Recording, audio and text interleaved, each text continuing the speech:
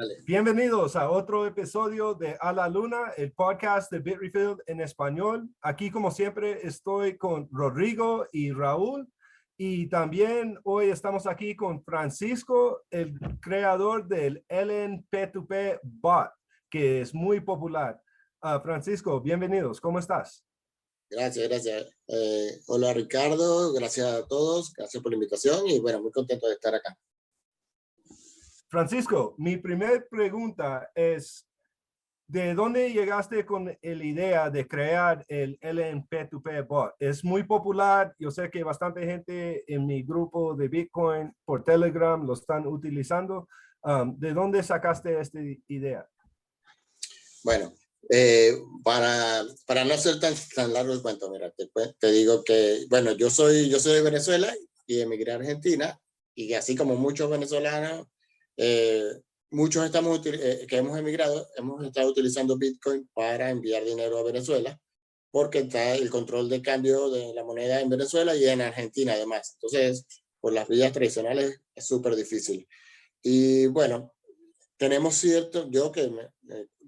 cada uno que sale de Venezuela empieza a enviar dinero y ya tenemos bastante tiempo y experiencia probando plataformas para hacer esto. Y la que se ha usado mucho y mucho más tiempo ha sido Local Bitcoin, que ahora ha sido reemplazado por Binance P2P. Bueno, pero esas plataformas tienen el problema de que custodian tus fondos, además que te piden datos, te piden lo que se llama KYC, que es Know Your Customer, que son unas regulaciones que te piden a petición de los gobiernos, los exchanges te lo piden, como también te lo piden los bancos, toda información sobre la persona. Pero eso ya es un problema porque además muchas personas llegan a otro país y no tienen todos esos datos para dárselos al exchange. Y está el problema además de la custodia de los fondos, que hemos visto en muchas ocasiones que ellos por dudas te congelan los fondos y muchas personas están necesitando ese dinero para vivir o para una operación, que por ejemplo me ha pasado que he tenido que enviarle dinero para una operación a mi papá, por ejemplo. Imagínate que le congelen los fondos por dudas y después se los liberan cuando ya que sea demasiado tarde. Pero bueno, están todos esos temas que nos han dejado siempre con la duda, así como que tiene que haber una mejor manera. Y bueno, siempre buscamos opciones como HODL, BISC, que no tienen casi liquidez y además no tienen Lightning, que eso ya es un problema porque muchas veces nosotros enviamos montos bastante pequeños, necesitamos que sea instantáneo y sí es un poco fricción a veces utilizar Bitcoin on-chain, cosa que Lightning nos facilita bastante.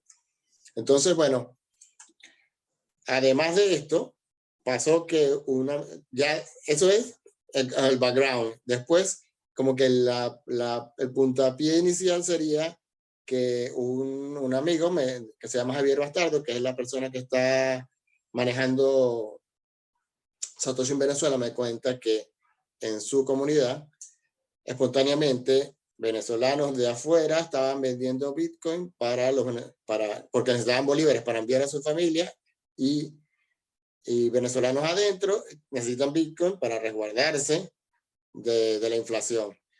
Entonces se estaba dando que alguien ponía en el canal y otro le decía, bueno, yo te compro, yo te vendo y así. Después él mandó a hacer con un amigo un bot que lo que hacía era redireccionar todas esas ofertas. Ellos le ponían un hashtag y lo redireccionaban a un canal. Pero no era nada más, o sea, era simplemente, estaba la oferta y ya las personas se ponían de acuerdo. Necesitaba demasiada confianza. Entonces él me dijo que si no había una manera de hacerlo, de hacer un bot, programarlo, pero, o sea, que ponga a la gente en contacto, pero además cuide a las dos partes de algún tipo de fraude. Y yo le dije que no tenía tiempo, que estaba buena la idea, pero estaba muy ocupado. Así que eso se quedó ahí. Después, otros días, mucho tiempo después, nos volvimos a hablar y yo le dije, bueno, déjame escribir unas ideas y te las mando a ver. Y así estuvimos en mucho tiempo, enviándonos como ideas, yo escribía y entonces nos pusimos a pensar. Después le escribimos a unos chicos de Lightning Labs, le comuniqué una idea que yo tenía, cómo hacer con Lightning, utilizar, o sea, cómo usar Lightning para esto sin que sea de manera sin custodiar los fondos, porque si tú custodiabas los fondos ya era un problema. O sea, yo lo que no quería era hacer que el bot custodie los fondos, porque eso no tiene sentido. Para eso que sigan usando las opciones que ya estaban. Bueno, total que se me ocurrió una idea, que es utilizar las facturas de Lightning que se llaman Hold Invoices para esto. Y bueno, yo le dije, bueno, déjame probar un momento y este fin de semana y voy a hacer como un MVP, o sea, un programita para ver si funciona, y si funciona, puedo invertirle un poquito de tiempo los fines de semana y lo voy desarrollando. Y bueno, así pasó, funcionó.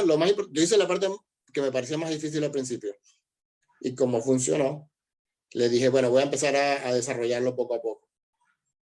Y así fue. Eso fueron meses y lo hacía como muy poquito, de poco en poco. Eso empezó como, las conversaciones empezaron como en abril, y en agosto fue que terminé una primera versión que ya la gente pudo utilizar. Entonces, yo diría que empezó más que todo, la idea original, la necesidad fue en la comunidad de Satoshi en Venezuela. Yo sé que está muy popular en Latam, pero ¿lo están usando en otros países, como afuera de países latinoamericanos? Sí, bueno, hay una gente en Zimbabue que está como experimentando, pero no lo han probado entre ellos. No he visto mucho movimiento. Ayer alguien me escribió de Italia y me estaba hablando en italiano y yo no le entendía nada. Le dije que si podía hablar en inglés, y entonces sí, estaba una persona que estaba intercambiando con alguien de España porque tenía un problema. Hay una comunidad de Suiza que ellos crearon una comunidad que es una de las cosas nuevas que hemos hecho, y está bastante activa. Es un grupo pequeño, pero siempre están ellos probando, invitando gente y, y haciendo experimentos. Se ve que no mueven mucho volumen, pero no sé, son como entusiastas. Y fuera de eso, no recuerdo más países que a lo mejor alguien está usando, pero no he monitoreado mucho. Pero sí hay algunas que otras comunidades de otros países que no hablan español, pero no tanto como en Latinoamérica. En Latinoamérica es que se está usando más. Bueno, primero, te decir, bueno, gracias por la entrevista.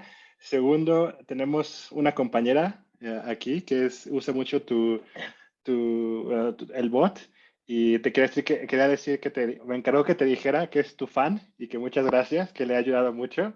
Ella se llama Marifel. Bueno, Y saludos bueno, a Maribel. Gracias. Gracias por usarlo. y mi pregunta es, ¿cómo, si nos podrías decir más o menos, digo, igual no tiene las cifras en la mente, pero más o menos cómo ha crecido los usuarios? Me imagino que empezó poco a poco, y ahorita más o menos cuántos usuarios hay, más o menos. Sí. Bueno, fíjate que tengo tiempo sin revisar cuántos usuarios hay, y lo voy a hacer justo ahora.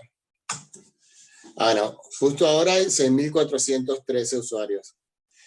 Pero eso no quiere decir que sean usuarios activos. Yo me imagino que usuarios activos habrán entre 1.000 y 2.000, pero no tengo tiempo para ponerme a chequear ese tipo de cifras. Después yo voy a hacer como una API para que haya gente que pueda consultar eso y sacar números. Pero bueno, sí, ha sido muy orgánico. Desde agosto que empezamos, los usuarios éramos, no sé, 20, muy pocos, algunos conocidos, pero a la gente como que le encantó esta idea desde el principio. Y me decían, ¿podemos usar el bot? Y yo, sí, úsenlo, pero pruébenlo. No es que se pongan al principio, el primer mes. Yo le dije, no es que, no lo usen en serio, le decía. Usa, no sé, prueba 100 satoshis, 1000 satoshis, y ya. Y la gente decía, ¿pero cuánto es el máximo? ¿No? Yo digo, máximo $5. Y hacían $10. Yo decía, y me decía, mira, pero hay un problema, no me llegaron bien los $10, está el bot, no. Y yo le decía, pero ¿cuánto hiciste? $10, pero le dije que máximo 5. Y así iba. Cuando yo le decía máximo 5, máximo 10, pues hacían 50. Y cuando les dije, bueno, hagan máximo 20, una persona hizo $200 y yo, no, por favor, no, puedes perder tu dinero, les decía. Todavía no es seguro. Pero la gente era muy, muy, muy, muy entusiasta. Y fue poco a poco, entre grupos pequeños, y de repente iba creciendo muy lentamente. Pero bueno, hoy tuve que hacer lo de las comunidades porque yo tenía en mente, mi idea principal es que el bot no dependa de mí.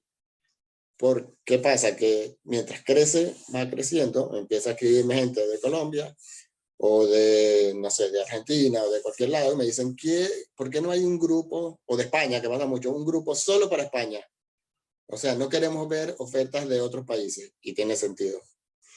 Pero me decían, pero hazlo rápido, crea un grupo, un canal para, y yo entonces después que te cree el canal para Colombia, tengo que crear para, ¿cuántos países de Latinoamérica? No sé, 30 países. Después me van a escribir de Zimbabue, de no sé dónde, países que ni entiendo. Y tendría yo que estar creándole, y el bot dependiendo de mí. Después me iban a pedir grupos para ciudades, después grupos para no sé qué. Y entonces se me corrió la idea de las comunidades, que el bot no depende de mí. Cada quien crea su propio grupo, arma su comunidad y maneja las disputas, que es lo más importante. Entonces, sí, la verdad es que esto ha ido creciendo muy lentamente, pero ahora está creciendo un poquito más rápido. Se ha ido exponenciando un poco. Yo creo que también desde que le dio un poquito de impulso más el grant de la Human Rights Foundation, que fue hace como un mes y medio o algo así. Y eso también lo dio a conocer afuera del español, desde la comunidad en español. ¿Cuáles son los límites ahorita? No tiene límites. La limitación sería técnica, porque, por ejemplo, tú para recibir o para enviar en Lightning, eso depende de la capacidad de tu canal, y también depende de la capacidad de los hubs o nodos que estén entre el origen y destino. Y también depende de la capacidad del nodo del bot. Entonces, yo te podría decir que, por ejemplo, la capacidad de salida del bot, vamos a ver, puede enviar pagos de 10 millones de satoshis, de 15, por ejemplo, pero es demasiado, y no se lo recomiendo a la gente, porque además que te va a salir muy caro, porque los fees en Lightning son proporcionales. Entonces, además el fee del bot también es un porcentaje. Así que no es recomendable. Es recomendable para montos, bueno, digamos lo que te convenga, bajos. Aunque hay gente que ha hecho transacciones de 3 millones de satoshi, 3.200.000. Pero límites no hay. O sea que cuando te llame Elon Musk le vas a decir no. No. Para alguien que no conoce el bot, ¿cómo se utiliza? ¿Dónde se encuentra? ¿Nos podías como describir ese proceso? Sí, mira, tú tienes que buscar, tienes que tener Telegram, lo primero, y en Telegram tener un nombre de usuario. Eso es, te metes en el menú de Telegram, que está arriba a la izquierda, en la aplicación, le das a ajustes o settings en inglés, y ahí por ahí te sale como username o algo así, por ahí no me acuerdo exactamente. Tienes que tener un nombre de usuario, porque se puede poner en contacto a los usuarios. El bot los podría poner en contacto sin tener el username, pero lo hace más difícil porque hay que crear un vínculo. Es como mucho lío. O sea, es innecesario. Es más fácil que un usuario se cree el nombre de usuario. Si quieren permanecer seudónimo, ponga algo que no tenga nada que ver con él. Entonces, bueno, luego de que tengas el username, ya lo que tienes es que hablar con el bot, que es @ lo buscas ahí en el buscador del Telegram, @lnp2pbot. Y ahí el bot te va a mostrar un botoncito de iniciar o start. Y ya ahí te muestra la información importante para saber cómo usarlo. Y si tú quieres comprar o vender, solo tienes que poner /sell o en el menú seleccionar sell o buy, y ahí te va a abrir un asistente que te va a ir guiando. Te dice, por ejemplo, qué moneda quieres comprar o vender. Tú pones el código de la moneda, por ejemplo, el peso colombiano, COP. Cada quien debe saber su moneda fiat. Pues en Venezuela es BES, Argentina ARS y así. El dólar es USD. Bueno, es la moneda, cuál es el monto de la moneda, cuál es el precio, si lo vas a poner un monto fijo de Satoshi o el precio de mercado. Hay un botoncito para darle. Ese asistente, yo creo que nos quedó bastante bien porque es mucho más cómodo. Tú puedes poner crear la orden solo con un comando, escribiendo /sell, espacio, 0 para decir que sea el precio de mercado, la cantidad de, no sé, de $100, después espacio USD. Entonces, después el método de pago, todo eso en una sola línea. Que si escribes sell, espacio H, te va a mostrar la ayuda. Pero si lo haces con el wizard, con el asistente, me parece que es mucho más fácil, por lo menos para los usuarios que están empezando. Después, si quieren hacerlo de una manera más rápida, pueden usar el comando. Pero yo les recomiendo a la persona que está empezando que lo haga con el asistente. Ahora, si quieren buscar órdenes, pueden buscar órdenes en su propia moneda. Si quieren buscar órdenes en su propia moneda, deben elegir una comunidad. Entonces, la mayoría de las comunidades tienen como un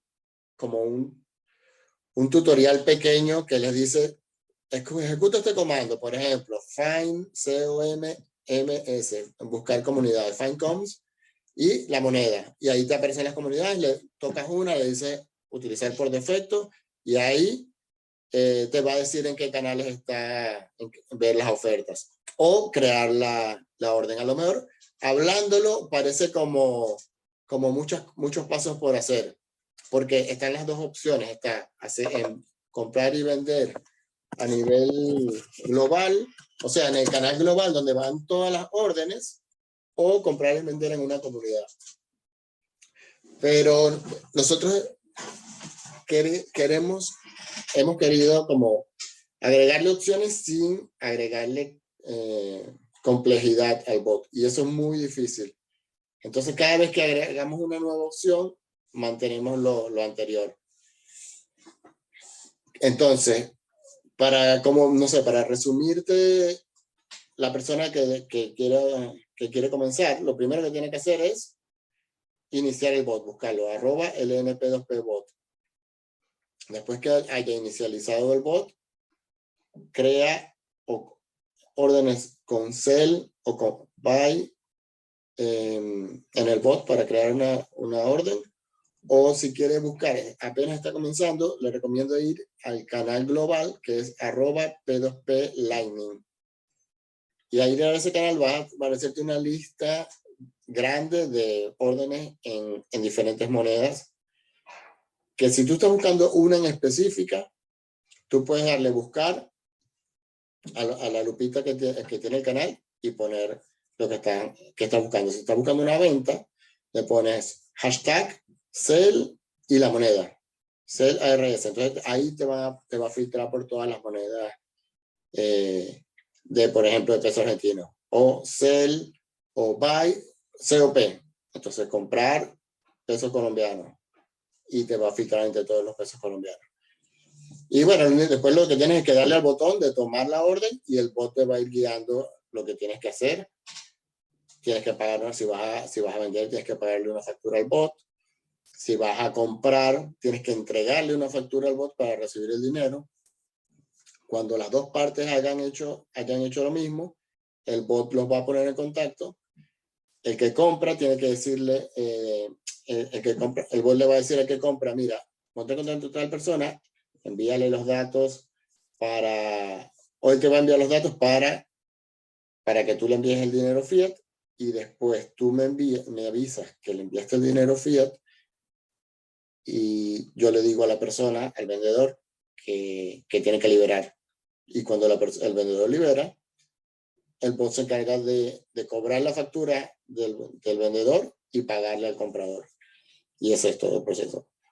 No sé, me parece que hablándolo suena largo, pero yo estoy viendo aquí, yo estoy monitoreando lo que pasa en los logs, las bitácoras de lo que pasa en el bot, y estoy viendo que desde que alguien paga la factura a un vendedor hasta que se libera el pago y se le paga al comprador, están pasando 1 minuto y medio, 2 minutos, más o menos. Creo que a lo mejor después que alguien tiene la primera experiencia, ya domina el proceso. Entonces, dado que no tenemos una visualización, para aclararle para nuestros, no sé, para los que nos están viendo, todo es en base a texto.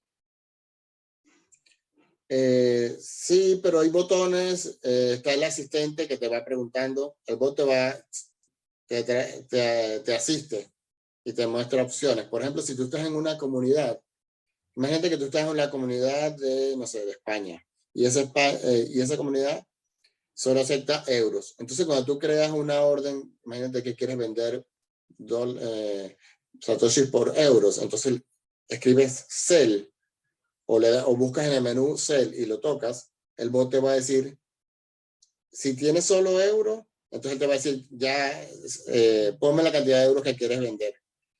Pero si tienes euros y dólares, te salen 2 botones, escoge el que tú quieres. O sea, no tienes que escribir el código de la moneda, porque ya la comunidad es para una comunidad que tiene definidas las monedas.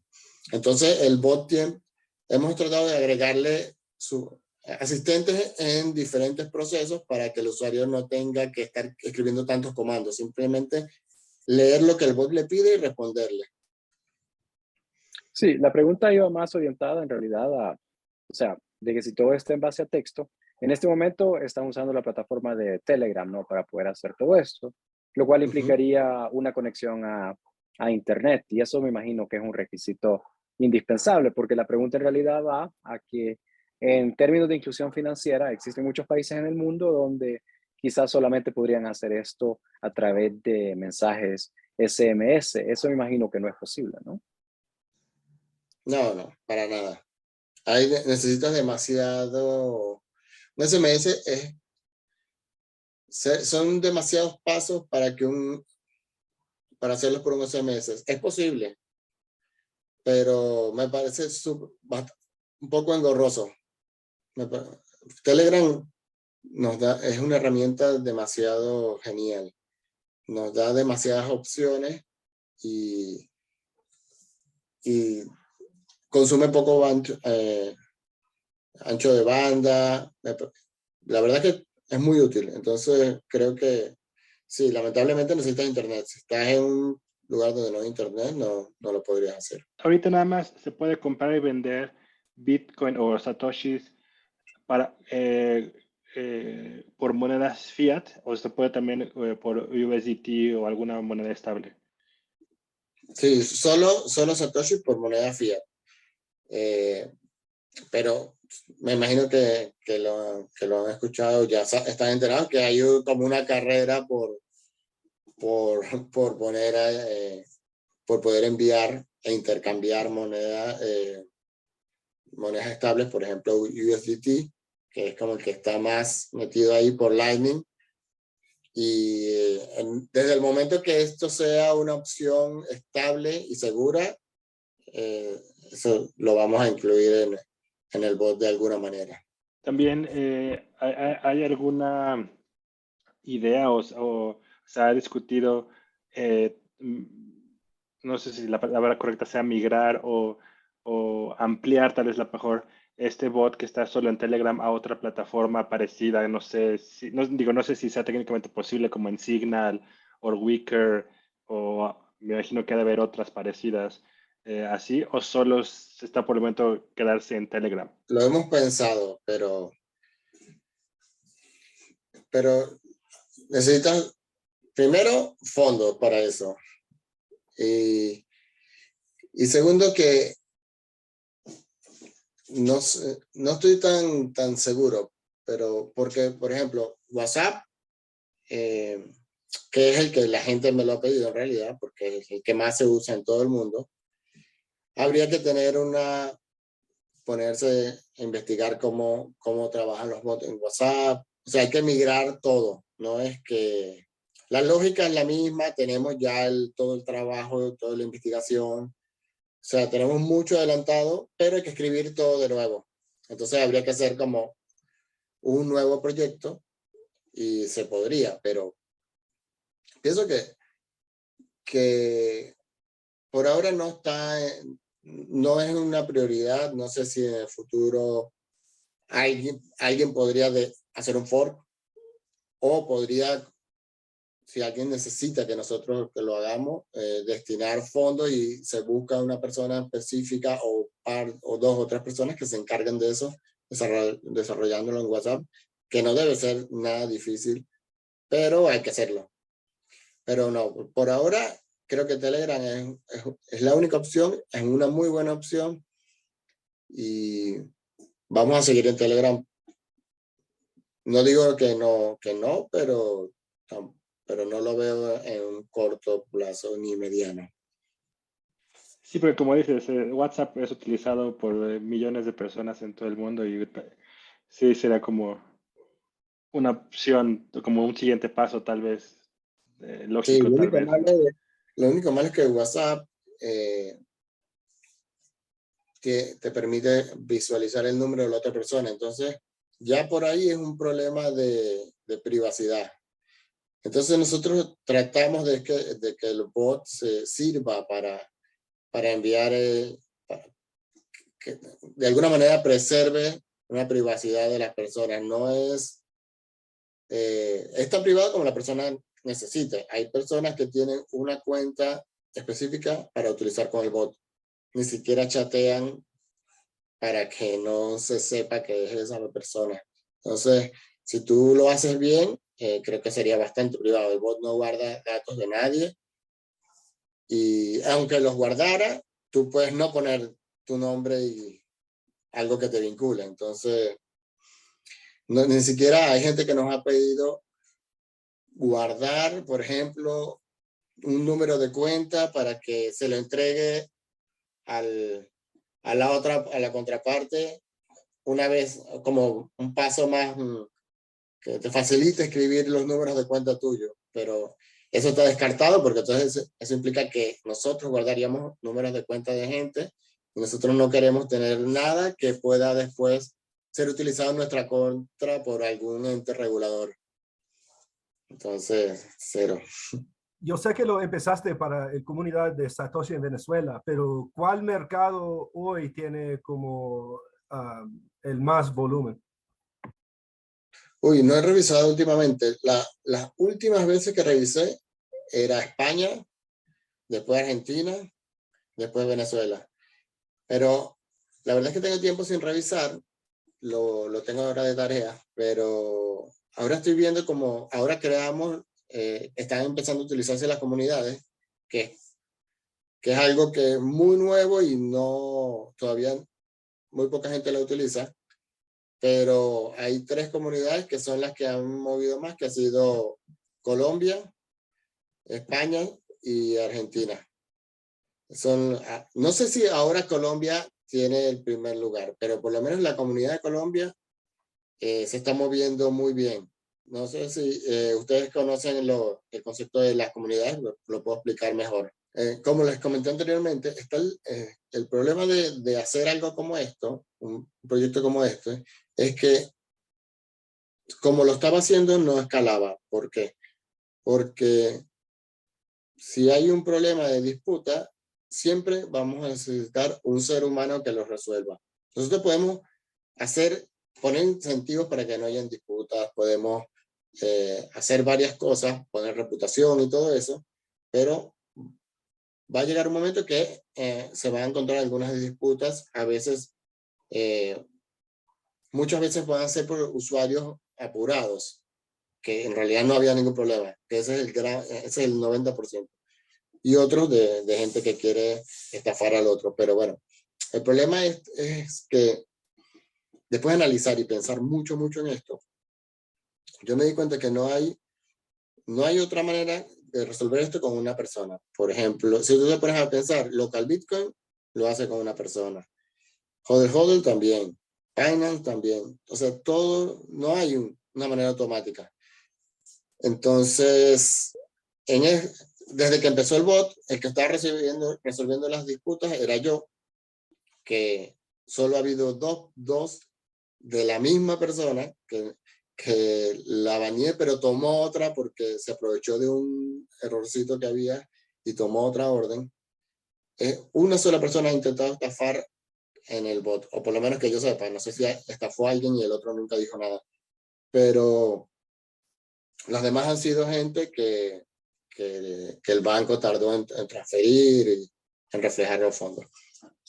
Bueno, entonces la cosa es que como hemos tenido esto, empezamos en un proyecto pequeño, una comunidad pequeña que era Lightning en español, era muy fácil como responderle a alguien. Por ejemplo, si a mí me escribe alguien, mira, ¿qué pasó? Yo bueno, hay gente que me puede enviar la pantalla desde su transferencia, el otro también, o puedo pedirle si hay una sospecha, le puedo decir, bueno, hazme un video de tu cara y tú mostrándome la pantalla para que sea más difícil de hacer una estafa. Pero, ¿qué pasaría si el bot lo empiezan a usar, por decir cualquier cosa, en Arabia Saudita o en Afganistán, donde no hablan inglés, y donde el home banking está en árabe, y me manda una pantalla de eso?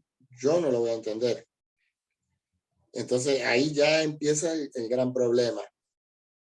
¿Qué hacen las empresas? Estas empresas contratan gente en regiones que puedan entender o ciertas cosas, que sepan idiomas, no sé qué, pero yo soy muy malo para los negocios y ya yo me rendí con eso y no quiero hacer esto. Además quiero que esto siga siendo open source y que siga siendo para la comunidad, y yo no quiero que esto sea una empresa. Yo no quiero contratar a nadie para que haga eso, pero tampoco quiero hacerlo yo. Además que es imposible que lo haga yo. Entonces, por eso es que hablando con varias personas, porque a todos les iba preguntando, mira, ¿qué opinas de esto? Entonces ahí yo me iba como nutriendo de ideas de la gente. Pensamos en que se pudieran crear comunidades por regiones, donde tú escojas a una persona o a varias personas que son tu persona de confianza y que son los que van a resolver la disputa. Estas personas, por ejemplo, si tú y también resolvemos otro problema, que es el de crear canales para una moneda específica. Si alguien me escribe, no sé, de Zimbabue, pidiéndome un canal, yo digo, bueno, pero tú puedes crear tu comunidad, puedes poner a las personas que tú confías para que resuelvan disputas, y puedes ir creando una comunidad bastante, que sea sana. Si tú lo haces mal, la gente se va a ir o va a crear otra comunidad. Entonces la idea es que esto se regule solo. La idea es que las mismas personas creen la comunidad, las mismas personas elijan quién, bueno, el que lo creó va a elegir, el que creó la comunidad va a elegir quiénes van a resolver los problemas, y las personas van a saber quiénes son los que los resuelven, van a saber quién es el creador de la comunidad, y van a decidir si ir confiando en ellos como ellos han confiado en mí, porque mucha gente dice, no, pero yo no quiero que resuelva mi disputa a otro. ¿Y por qué confían en mí? Así como confiaron en mí, les toca confiar en otra persona. O sea, yo no tengo nada especial. Entonces, bueno, esa es la idea. La idea es que como liberar de no sé, una persona, que sería yo, que para resolver disputas, para crear canales donde pueda funcionar las ofertas, puedan mostrarse las ofertas de una moneda específica o de dos o las que tú quieras. Y además las comunidades se quedan con un porcentaje de lo que se opera ahí. Actualmente, el 70% de lo que recolecta el bot en comisión se queda para el bot, para pagar todo lo que implica, todo el hosting, todo el desarrollo, todo esto que necesitamos tener un nodo, todo el tamaño que tiene la blockchain, etc. Bueno, y un porcentaje, el 30%, es para la comunidad. Todo lo que está operando en la comunidad lo puede, ya actualmente lo puede retirar el dueño de la comunidad, y si él está haciendo todo el trabajo, se lo queda a él. Si la comunidad crece a un nivel que ya tiene varias personas resolviendo disputas, él verá, no sé, el que ha trabajado más, el que resuelve más disputas, y le pagando, ya, eso no es problema mío. Es como van a ser como unas células donde se van a administrar ellas solas. Que de hecho a mí me sorprendió que la comunidad de Colombia tuvo en menos del primer mes de que yo lancé las comunidades, tuvo como 150 órdenes procesadas y hizo 45.500 satoshi en fees. O sea, la persona que creó la comunidad. Y a mí me pareció bastante, porque nosotros tardamos en hacer 45.000 satoshi, no sé, como meses con el bot, porque muy poca gente lo usaba. En hacer 130 operaciones, eso no pasó el primer mes. Y bueno, esa persona se ha movido, hizo un video tutorial de cómo usar la comunidad de Colombia, ha estado avisando por su Twitter, y tiene bastante movimiento esa comunidad y lo está haciendo súper bien. Y yo creo que va a ser muy útil para personas que quieran trabajar como él. Entonces, esto es un buen ejemplo de descentralización, ¿eh? Felicitaciones. Gracias. Sí, es que todas estas ideas de descentralización, a nosotros, a los que estamos en esto, nos empiezan a dar la vuelta en la cabeza, y vuelta y vuelta. Entonces, como que hacer algo descentralizado 100% es imposible prácticamente. Bitcoin, ¿y qué más? Nada más. Porque Telegram, por ejemplo, es en punto de centralización. Pero dentro de la centralización de Telegram está ahora que no necesita pedirme nada a mí ni siquiera. Entonces me encanta eso, como que lo que la gente va a poder hacer cosas que yo ni me voy a enterar. Y me parece buenísimo. Esa era en realidad la pregunta. ¿Tú estás en todos los canales? Trato de irme metiendo en las comunidades para asesorarlos. En lo de los suizos, a cada rato me escriben en alemán, y yo que, por favor, copiar Google Translate. Listo. Pero estoy en la de El Salvador, que es muy activa, la de Argentina, la de España, cualquier cosa le estoy pendiente cuando me escriben. Voy a buscar la de El Salvador. La de Cuba está moviéndose ahora bastante. Los cubanos están activos. La de El Salvador la creó Ishikawa. Ya me imagino. Más que el bot, ¿tienes otros proyectos que tienen que ver con Bitcoin o Lightning? Sí, yo estoy trabajando en el proyecto de RGB,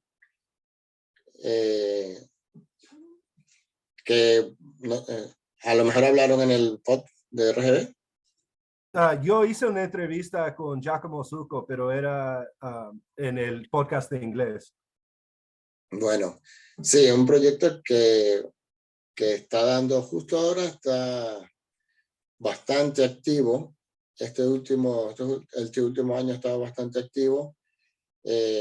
Ahora estamos en la versión 0,7 del nodo RGB, pasando la alfa de la 0,8, que va a ser como que la más usable de todas las versiones previas para desarrolladores. todavía hay un camino bastante, digamos, largo que recorrer, pero hay cosas ya. Por ejemplo, yo hice una guía sobre cómo crear tokens fungibles con RGB y la tengo en mi blog. Entonces, en esa guía yo explico cómo hacer con un nodo de Bitcoin Core en testnet y cómo utilizar RGB con los comandos necesarios, cómo instalar y todo eso para crear un token y poder enviárselo a otra persona que, por ejemplo, que haya hecho la misma guía. Entonces, bueno, yo estoy trabajando un poco en el código, aunque no soy experto en Rust, trabajo más en JavaScript, pero bueno, estoy en proceso de aprendizaje y un poco en el código, un poco escribiendo guías, documentando, ese tipo de cosas. Y divido mi tiempo entre RGB y el bot actualmente. Trato de no aceptar más proyectos porque ya esto me tiene el tiempo copado. RGB, ¿cómo es diferente de Taro o de este proyecto de Synonym, que también están trabajando en la misma problema de solucionar tokens por Lightning, por canales de Lightning? Por ejemplo, Taro solo se centra, bueno, los dos, Taro y Synonym se centran en la transferencia de tokens fungibles utilizando Lightning. Bueno, sí, entre nodos Lightning. Y RGB también considera la transferencia de tokens por Lightning, pero también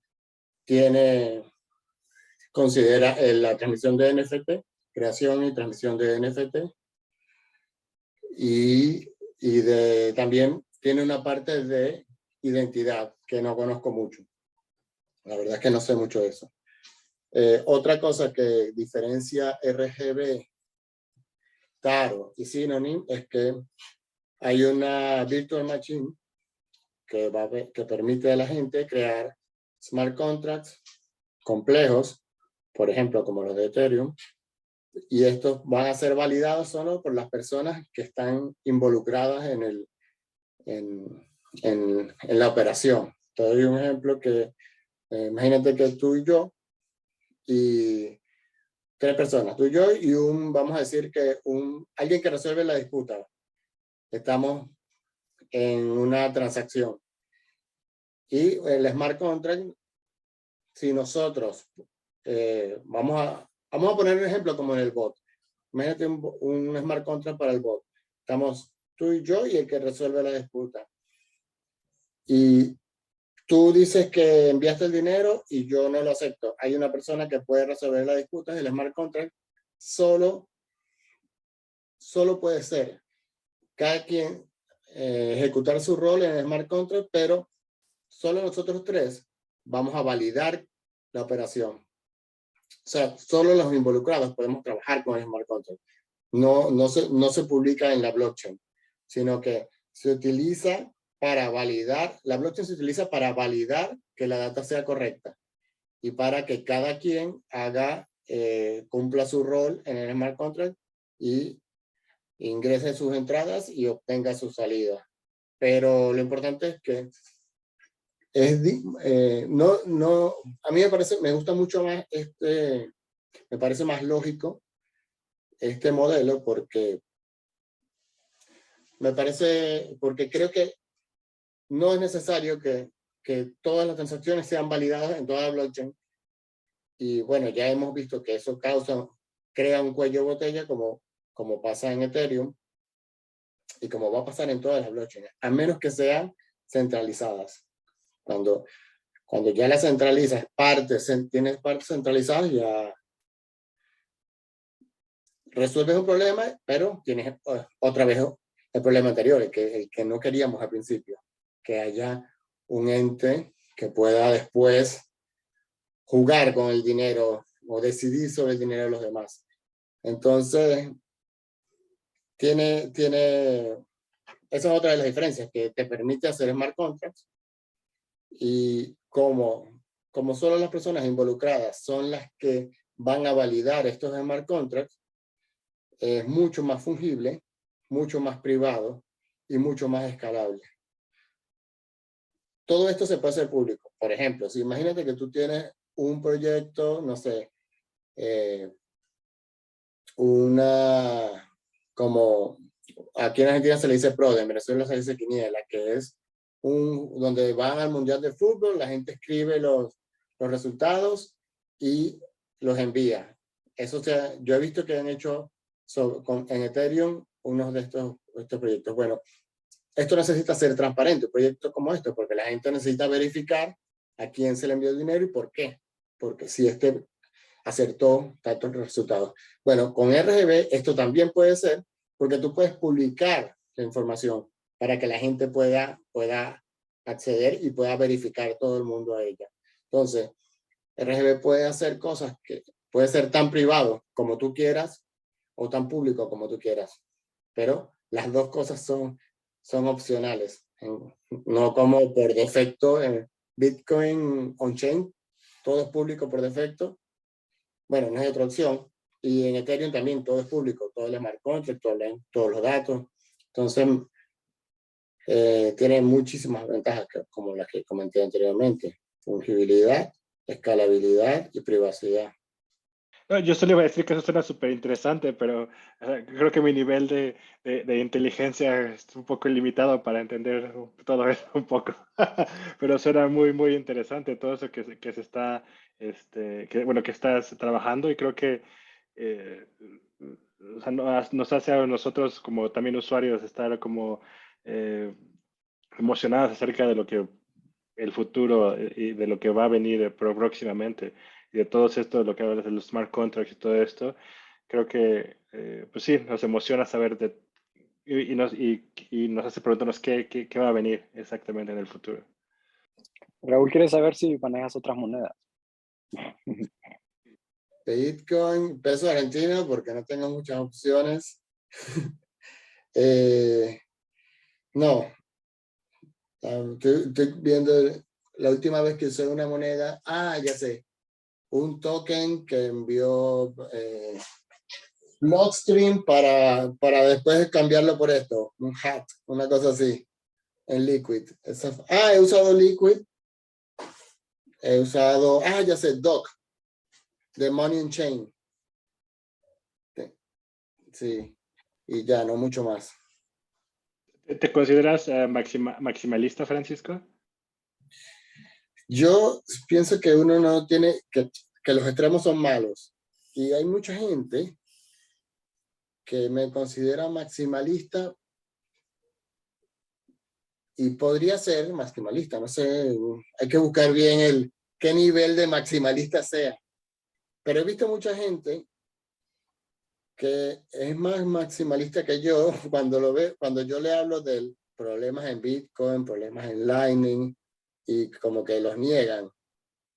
Y yo como desarrollador tengo que estudiar los problemas que hay en Bitcoin, no puedo ignorar los problemas en Bitcoin. Nosotros tenemos que ser muy objetivos y muy críticos e intentar romper Bitcoin, intentar romper Lightning. Y yo soy optimista en todo lo que estamos haciendo es para mejorar, pero tengo que saber todo lo malo que hay y no tengo ningún problema en hablar en las cosas, los errores que haya habido. Por ejemplo, hemos estudiado como el bug ese que hubo en Bitcoin que emitió 180 millones de monedas, una cosa así, no me acuerdo el número exacto. Eso fue hace como en 2010, cuando todavía estaba Satoshi, pero estaba muy early Bitcoin, estaba muy en pañales, cosas así. Así que no sé, la verdad es que yo no sé si sea maximalista. Eso me lo dice la gente. Así que yo Cuando creo que... dices Francisco, cuando dices romper Bitcoin, romper Lightning, quizás lo aclaramos por las diferentes interpretaciones que hay en toda América Latina de la palabra. Sí, buscar errores en la programación. Romper Bitcoin me parece imposible en realidad. Pero conseguir algún errorcito, algún problemita, que Mejorar. es encontrar un bug, un error en la... Y sí, buscar vectores de ataque para Bitcoin. Hay muchos papers de vectores de ataque. Lo que pasa es que Bitcoin está tan bien diseñado que no hay incentivos para lograr esos ataques. O sea, para que alguien diga, voy a hacer un ataque de 51%, que es el más famoso. Para que haya un incentivo es imposible, porque vas a perder demasiado dinero atacando Bitcoin. O sea, tienes que minar tú y empezar a generar dinero, y cuando estés generando y comprando mineros, y tendría que ser a nivel de gobierno, a lo mejor varios gobiernos, y después todo para atacar Bitcoin, que no lo van a matar, sino que van a bifurcar Bitcoin. Y va a haber gente que nos vamos a ir a un lado y otros van a usar el Bitcoin de gobierno, que van a ser menos después. Entonces es todo una... Bitcoin se protege con los propios incentivos que diseñó Satoshi. Entonces lo que quiero decir es que nosotros, los desarrolladores, puede que nos vean como maximalistas, pero somos muy críticos de Bitcoin. Francisco, regresando a RGB, yo primero escuché de ese proyecto de como de 2018, quiero decir, y por bastante tiempo no hay muchas noticias saliendo sobre el proyecto. ¿Cuándo vamos a ver como el periodo de como reckless, cuando la gente empieza a utilizarlo, cuando tal vez no está tan listo, pero la gente lo pueden utilizar? Yo creo que por la velocidad de desarrollo, yo creo que el periodo reckless debe ser como marzo del año que viene, algo así. Porque ahora se viene un periodo, ya debe ser el mes que viene, debe estar lista la 0,8.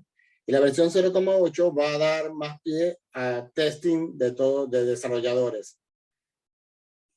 Y del 0,8 yo creo que a la 1 va a salir 0,9, la 1, ponte que la 1,1 me parece que va a ser algo que vamos a poder ir probando. De hecho, yo estoy colaborando con la gente de Bitrefill, estamos haciendo una wallet que tiene parte de centralización para probar como el flujo de trabajo de una wallet RGB. Entonces, nosotros estamos saltándonos que estén listas algunas herramientas y haciendo unas herramientas centralizadas que hacen lo mismo. Porque el proyecto RGB intenta que todo esté descentralizado. Entonces nosotros, como algunas cosas no están listas, nosotros las hacemos centralizadas para probar lo que ya está. Pero no es la versión final. Pero nos sirve para nosotros ir encontrando errores y reportando. Entonces, hay trabajo paralelo al desarrollo principal, como ese que te estoy comentando, que también contribuye. Pero no es tanta gente que está haciendo estas cosas. Entonces, por eso es un desarrollo lento que no tiene venture capital ni nada. Y hay muy pocos desarrolladores en Rust también. Entonces, sí, por eso es que es muy, muy difícil hacer un proyecto como este. Pero yo estimo que, y lástima que esto va a quedar grabado porque después alguien lo puede escuchar y me va a decir, Francisco es un vendehumo, pero yo creo, me puedo equivocar, que para marzo del año que viene, 2023, estamos en 2022, ¿verdad? Sí, 23, sí, tendríamos algo para ya estar experimentando en Mainnet. Mi pregunta iba, esta se me olvidó que iba a preguntar. No, no, hablabas de los posibles ataques a Bitcoin y todo eso, y bueno, eso me hizo pensar en, bueno, ahorita que estamos en todo esto en unos tiempos de bear market, en un tiempo difíciles tal vez para algunas personas, en tu opinión, para estas, perdón, también ha habido noticias, personas que suelen salir en estos momentos, tal vez también decir que Bitcoin ya es clásico, ¿no? Que está muerto, que es el fin de los tiempos, bla, bla, bla, todo eso. En, ¿qué podrías decir a estas personas que tal vez sientan que es la primera vez que viven esto y que sientan un poco de miedo al escuchar a estas personas? Digo yo, bueno, ahorita que tú estabas diciendo cómo está diseñado Bitcoin, que puede aguantar este tipo de ataques, que está muy bien diseñado, que tú tal vez dentro del conocimiento técnico que tienes, ¿qué les puedes decir a estas personas que tienen un poco de miedo al escuchar a otras personas que dan de esto para, bueno, no sé si la palabra correcta sea hacer como reconfortarlas, pero o para que darles otra visión o otro tipo de visión y no tan apocalíptica?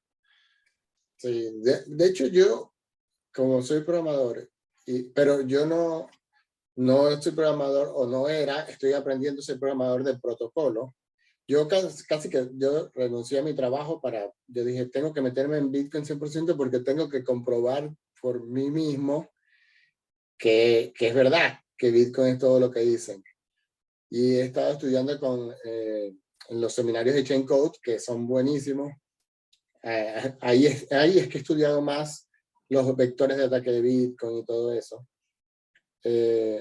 Bueno, de hecho, solo así me siento tan seguro de que Bitcoin es prácticamente imposible que falle.